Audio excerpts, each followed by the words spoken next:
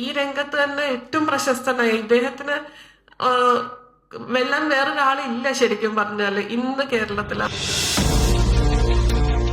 Digital യുഗത്തിൽ നിൽക്കുമ്പോഴും നമ്മൾ എണ്ണവിളക്കിൽ സ്റ്റേജിൽ ചെയ്ത മേക്കപ്പിന്റെ രീതി തന്നെയാണ് പലരും തുടർന്നുകൊണ്ടിരിക്കുന്നത്. പക്ഷെ ഇന്നത്തെ കാലഘട്ടത്തിൽ ആ ഡിജിറ്റലൈസ്ഡ് ആയിട്ടുള്ള ഫോട്ടോഗ്രാഫിക്കോ ലൈറ്റിങ്ങിനോ ഇന്ന് ആ പഴയ കാലത്തെ മേക്കപ്പ് രീതി ആവശ്യമില്ല.